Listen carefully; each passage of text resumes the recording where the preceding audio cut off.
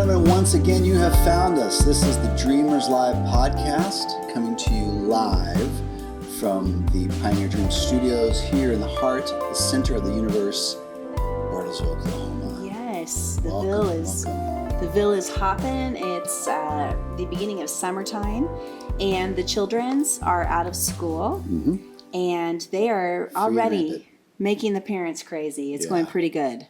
It's crazy. This is episode 007, and before I give the title, I just want to say that, this is one of those topics, one of those conversations where you think, I wonder if we'll look back on this and we'll think, gosh, that was spot on, or I don't know what he was smoking when he came up with that idea, but was he way off? It's like a coin flip. Yeah, okay, this could be great or not. Yeah, which is really the case for any podcast we do. If we're doing something, it could be great. It might not be good. Pretty much anything we do could be great, could be not great. That's like deciding to have a kid. Could be brilliant. Could sink the ship. We don't know. Yeah. So anyway, it was just. I try to keep my thumb on the pulse of the nation. As I you know. well know. You're super wokey. I'm wokey, and I'm which apparently is aware. A bad word now. To be culturally aware and considerate of others. I don't know that I'm woke. I don't know that I'm unwoke.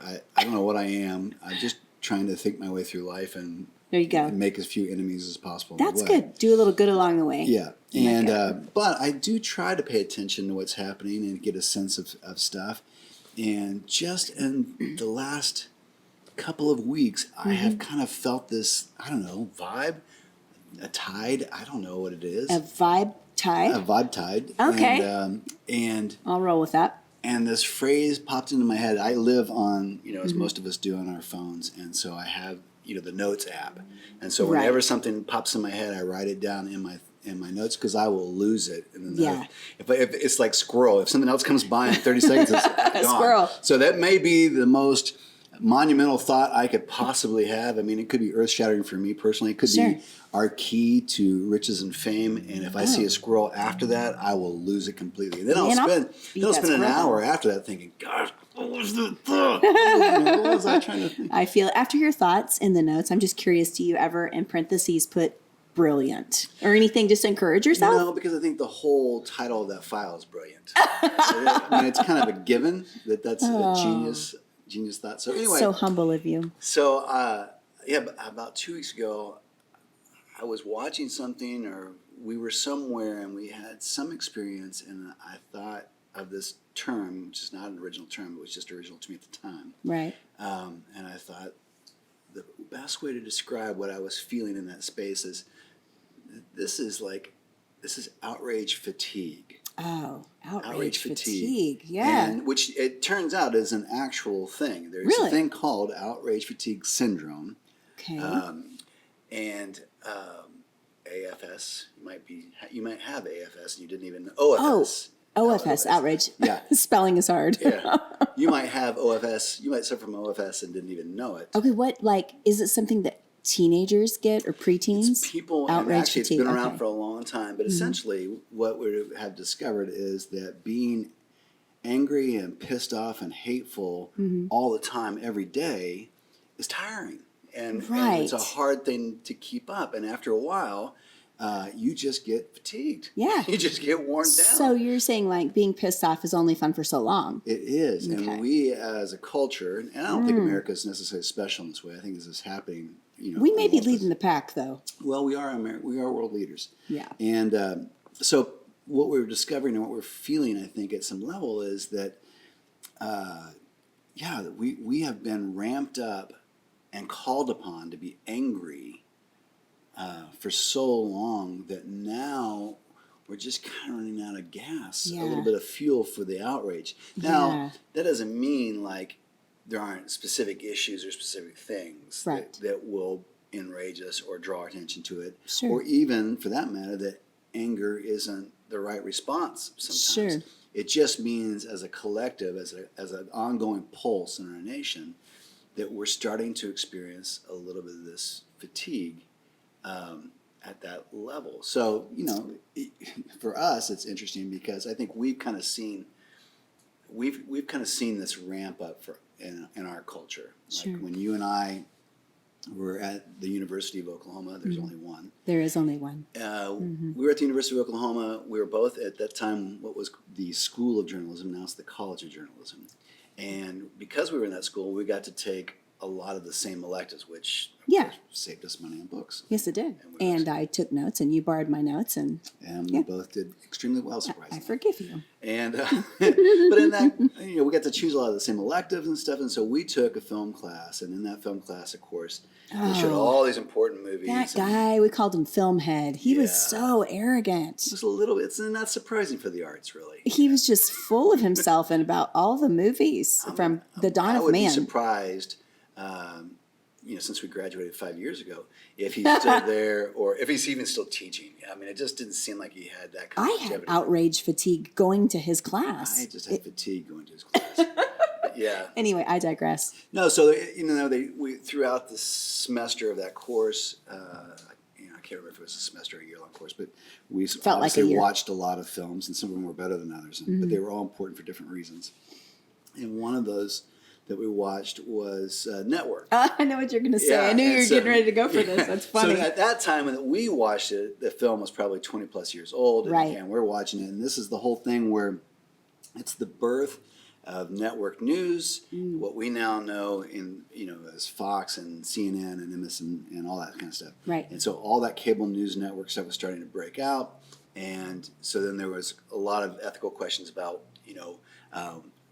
what was proper in the news and how much entertainment should be part of the news and all that and showcasing the news and all that kind of stuff.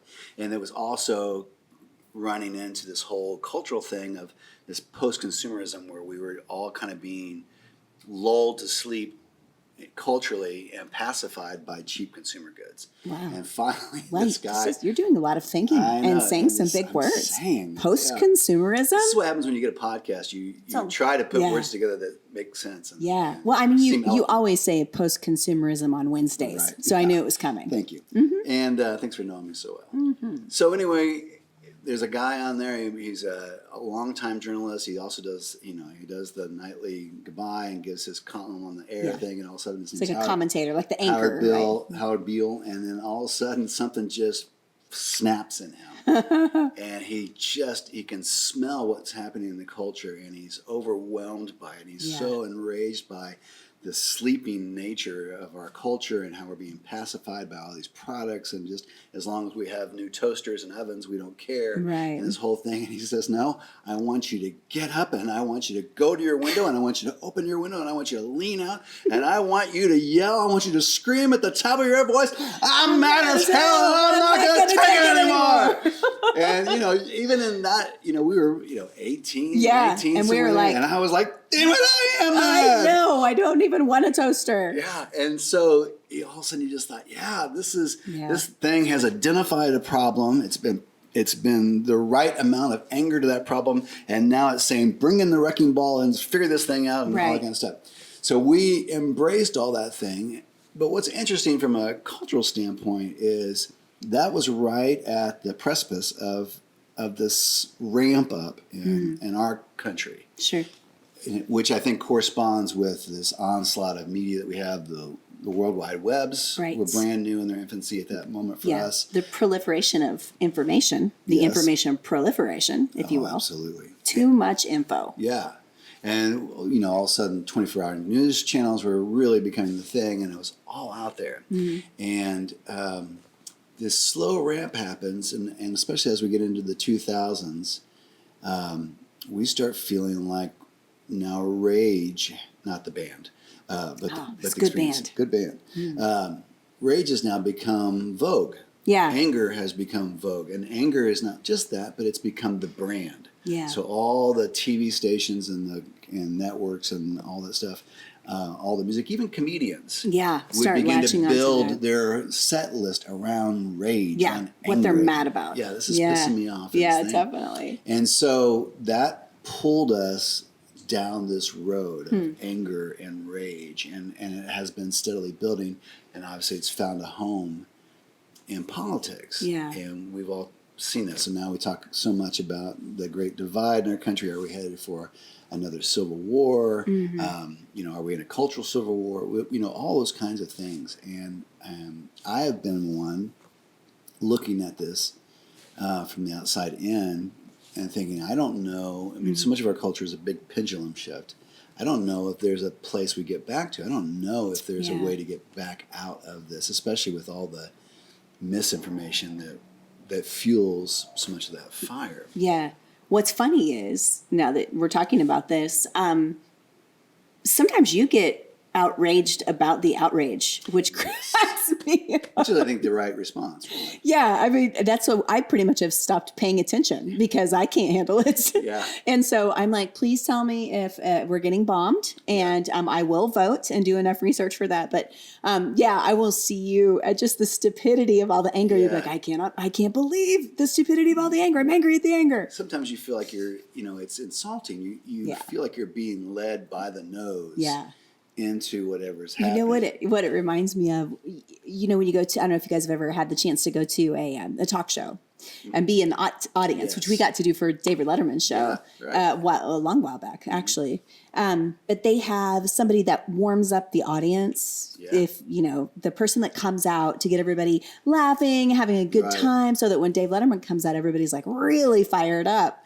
And then also you can hear them lead applause sometimes, during someone will say something funny and you'll see that person go, woo-hoo, and start doing the clapping. It's like whipping into a frenzy, so to speak. And that's what it reminds me of. I'm embarrassed to say that I've done that with my own jokes. Have you? You tell a joke and then you go ahead and plant the laugh. Pre-laugh? Yeah. And then that says, oh, that was funny. We should laugh at that. Yeah. Well, everybody knows, we have a good friend of ours that has a comedy troupe, and I'm a very good and devoted laugher. Yes. I will laugh even if something's just uncomfortable. You're a laugh encourager. I'm a laugh encourager, right? So people love to have me in their audience. Although when I go to see my mom in theater, she says, honey, I know you're going to think this show's funny, but if you could just maybe not laugh quite so loud to pull me out of character. And I'm like, Mom, Mom, what, on a 1 to 10, I'm allowed a 6.5, or what's gonna, but anyway, I said all that to say, that's what it feels like, especially because the media is always, looking for, the media is not the problem. The media reflects where culture is. But they've kind of created a part of a problem. They're whipping us into. It's they needed a brand. They have to keep people watching and listening. Every successful business needs repeat customers, and so the way that we do that is by developing a brand and a thing and creating a need which they can fulfill. And so part of that has been, let's create this fear need, this anger need, and then keep telling people you're only going to get the real news right here. Yeah, here. And once you develop that fear, that unsettled feeling, then we feel compelled. I have to watch this tonight, or I will not know what's going on. Yeah. I have to watch this tonight, or they're going to get over on us, and they're going to come in tonight, and they're going to take our country over tonight if I don't watch this show. Right. And so they have been doing that, and the problem for them is that now they've created such an appetite that they are forced and required to keep feeding that same dish. It's up at 11 They can't do the actual news. They can't present just facts. They can't present something that's contrary to the storyline because they'll lose audience. And actually the audience will turn on them. That's like, go turn on my TV at any time, which I try to avoid. Plus, I can't work our 4 freaking remotes anyway. Right. It always says breaking news down at the bottom with a graphic. So literally the meaning of breaking news is that there's something so important that it's going to break through or rise above the rest. Yeah. If you're always breaking news, you're keeping everybody at an 11. Which I think is maybe what has happened here. If everything is always demanding rage, if everything is always that big, if everything's an 11 all the time, then 11 starts over time to lose its urgency. And then you have to go to 12. And God forbid that ever happens. It's the arms race of entertainment. It's the arms race of anger. Yeah. It's like, if this isn't cutting it anymore, if this isn't getting me high enough, I'm going to have to try something more drastic. And don't you think people get used to it? I think We've it's gotten like numb the to frog it. in the kettle, everybody talks about that, but that's true. You're so used to living at that level of rage that it doesn't even seem odd to you anymore to Right. feel like that. And it kind of reminds me of, we all know those people that have the dramatic cell phone conversations, Right. like at the airport or whatever. You're just there, you're just trying to get to your flight. And they're like, listen, Trevor, I don't appreciate you. Oh, my gosh. And you're just really honestly trying to do the best you can with your day. And you don't need that up on you. Right. And then there are the people that I've actually watched people that I know both sides of the relationship. If it's a parent-child relationship or a friendship, I know both characters in the story. Yeah. And have you noticed the people that get bored, which is part of life that I don't Yeah, like, right. and they will start a fight. Create drama. They will create drama. Yeah, they will absolutely. call somebody up and be like, what do you mean? What do you mean? And Yeah. it's like, well, hey, I'm just trying to get on with my day. But I think those are all symptoms of this rage that is so prevalent in our culture. We're used to being pissed. Well, so I find this really interesting that maybe just in the last couple of weeks, maybe the last 2 or 3 weeks, and I think it's interesting that it happens to be during this election year, that it feels like this tide is kind of going back out. Instead of just being pummeled over and over and over again, it feels like this wave is going back out to the ocean now a little bit. Interesting. And there's this fatigue that set in where people are losing their want or their appetite or their energy for the rage, for the outrage. And It's not so fun if you anymore. look at it, if you look at cable news right now, so the big ones, so CNN and Fox News, of course, who leads that race and all that kind of stuff. Yeah. C-SPAN. All of their numbers, JK. all of their numbers is for primetime news are down like 10 or 14% Oh, really? from this time last year, and that is during An election year. People just not only dialed during the out. election year, but the presidential trial and the war that's happening in Ukraine and Gaza and all that kind of stuff. So there are big news stories that are happening, and yet the appetite for very partisan news, and it's interesting because it's the primetime news slots on those networks. Those are commentary news slots. Yeah. It's not just reporting here are the facts, here's what's happening. These are the three-ring circus leaders who whip and say, you got to get in a frenzy and you got to be mad about this. The this, and this. panels, Yeah. the panel discussions. If only there were only 3 of them. Sometimes there's like 9 or 10, and there's just nobody I needs just that don't many. know how you get up and do that every day. and look at yourself. Well, that part too, but Yeah. I just feel like you, at some point in the back of your mind, you're not even believing what you're saying. Yeah, But yeah, anyway, definitely. So You feel like there's hope? Like you think maybe feel people like, yeah. are catching on I to feel like this? maybe we're tired of hating each other at that level, arguing at that level, and maybe because we've been called to be up in a rage for so long, and we haven't really seen anything come from it. Oh, yeah. You know what I mean? It's like Yeah. it's as if we've been called to run drills and to do war practice and to do all this for some battle, something that's going to happen. Yeah. And then that never happens. Never happens, and you start And saying, then after a "Oh, while, I'll do you're that like, more." I don't know if I want to keep doing this. Yeah. I don't know if this is important, and I'm not sure it's bringing some. And it's not as if at some point the Democrats are going to win. Yeah. Or the Republicans are going to win. That's not how the country works. That's really not how the world works.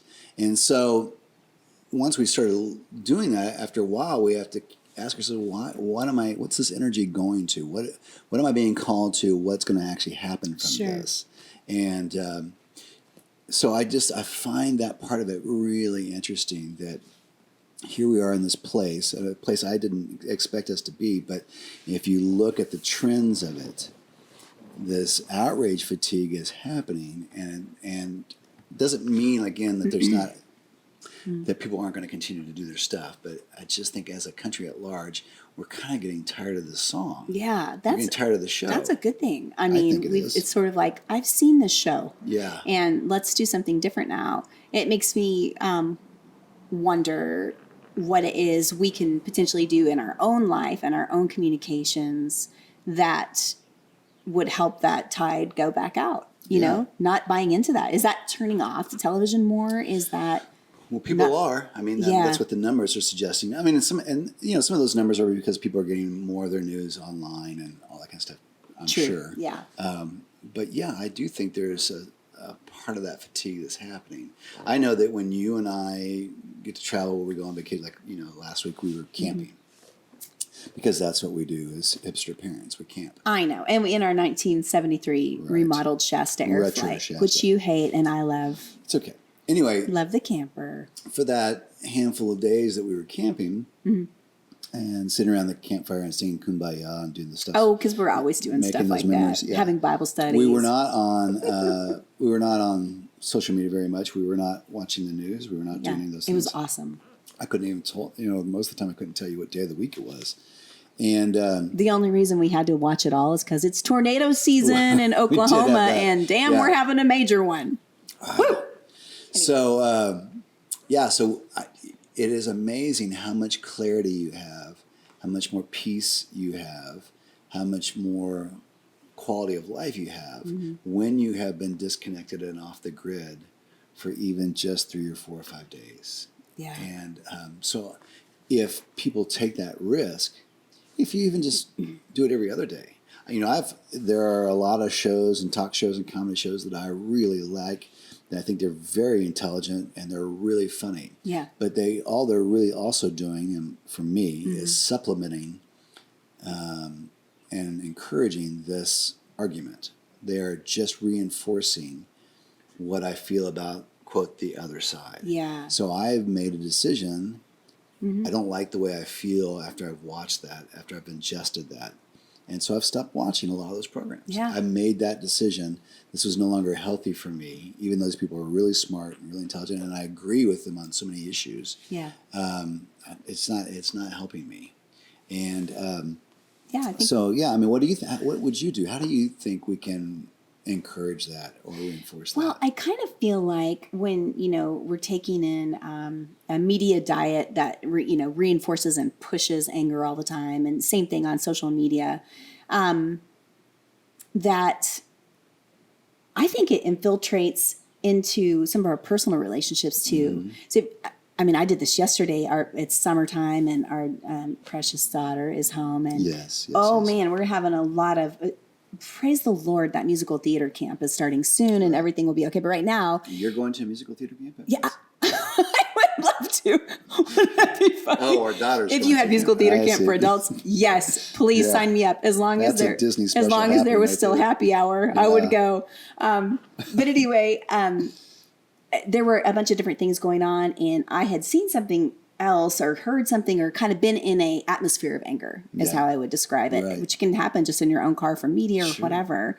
And yes, she was doing some frustrating things, and I'm sure she felt the same about me. And I that atmosphere kind of entered into the car, and that's how we were interacting with each other. It was sort of like we had been in that situation and we carried it on into our own personal relationship, luckily we're all pretty good forgivers and it was okay. But I think it's important to guard what we see and listen to. And even sometimes people that we're around, that sounds sad because you want to love everybody and you do what you can. But there are some people that you can be around that are angry and toxic. And that's where everything is going to go that they're talking about. And that ends up, I think, sometimes rubbing off or bleeding into our own relationship. So I think it's a matter of being protective of what we take in, that doesn't mean separating yourself out from everybody. It just means, those people, we all are thinking of those people. There's only so much time that you can be around that and that you can give that, change the conversation, change the topic, politely leave the room, make up an excuse that you need to go do something, it's nice to see sunlight again. It's nice to breathe again. It's nice to be around people where you don't have to wonder what party are they affiliated with. Who cares? Or that you could. There's so many other reasons to hate your uncle other than politics. We should just move on to a couple of other ones. Do we really need politics to enhance this relationship? I don't need politics to not like you. Yeah. So let's just move on and find something else. That's one of the fresh. That's right. It's a fresh reason to not like you. It's so true. One of the things that is, speaking of refreshing, when we do get together and we do have the Dreamers experience, whether that's, with our own Dreamers group or when we go out and speak to people or different organizations, is how much people are wanting, and maybe this is part of that, the ebb and flow or the ebb of from the anger, just want to be around people and have a connection and a good, positive conversation and to be away from all that anger. Maybe we can continue to reinforce that the more positive and fun and lighthearted we try to be. Our actions and what we do affect other people. Right. I mean, if one person in your family is always angry, you're always going to feel that, you know? So we love them and we give grace, but the more that we can, I think, pull away from that, I think the less it will be reflected in us and the less it'll come into those relationships we have. I mean, I hope. It's super exciting that you feel like that tide is changing. Yeah, and I think the more we just to your point, I think the more we engage in that conversation, the more that we encourage people in that. Aren't we all tired of being mad? Yeah. Well, there are a lot. I mean, that's a great conversation. It is a great conversation. That's a great thing, and people. I do think that once people think about it, I mean, a lot of us do have that fatigue. A lot of us are tired. Yeah. It's not that we, are giving up on politics or giving up on, issues or that kind of thing. It's just that we don't have to hate each other in the process of doing that or be suspicious of each other just because we don't agree with each other and all that, like we talked about last time on the last podcast. Do you remember when we went to Singapore and when your parents were living there? Mm-hmm. And they were so cool to fly us over, so we got to experience that country. Of course, let's not think about politics because I'm not going there. Singapore is a whole interesting other, experiment politically, but it was really interesting because they did have, it's an island. And so it felt like they were able to get the message out a lot, but we would see these banners and it would say, don't lose your festive joy. Yeah. It was actually written on the street in front of the crosswalk. Yeah. Like that was kind of their motto or something, which is so don't lose your festive joy. And we still, one of my favorite words is festive. Yeah. And so we say that all the time, don't lose your festive joy. Yeah. But you almost wish that, there was a way in our culture to put up some banners and one of them might be anger is boring. Yeah. We've seen this show. Yeah. I'm mad as hell and I'm not going to take it anymore with anger.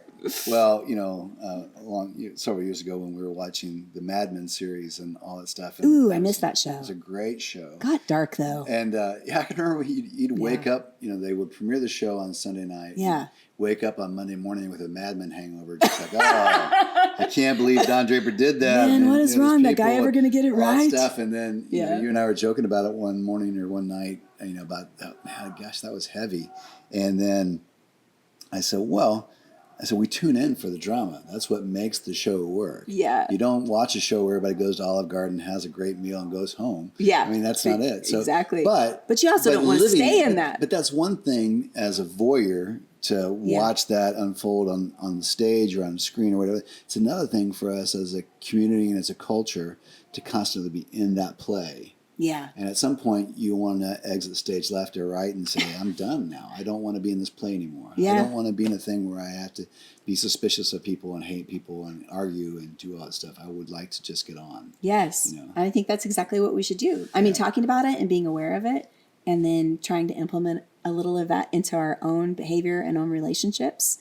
And maybe everyone should have 4 TV remotes like we do. And then if they can't figure out how to turn the TV on, they just read. You can do little things like say, okay, I'm only going to watch the news this much. Night. Yeah. I'm only going to watch, I'm going to take a break from these programs, or I'm going to read my news for a while instead of getting, or I'm going to actually try and get news and not commentary. Yeah. And I think that stuff can be really helpful in the process. Yeah. And then just choosing at some point to be done. With the anger. With the anger is a big part of it. So, I like it. Mm-hmm. I like it. Just like you can choose to have us in your city. Oh, if nice you want transition. Us. Thank you very much. That was good. Trained professional from the School of Journalism at the University of Oklahoma. There's only one. Yes. So if you would like us to come and do a Dreamers live with you, we would love to do that. We do these events with people when we're not doing it as a podcast, as opposed to animals. Well, this is a Dreamers Live podcast. Oh, right. But the Dreamers Live events we do are super fun, and we love hanging with new people and meeting new people. Fun. And we can come do that in your city, at your favorite bar, your favorite civic group, or your favorite home.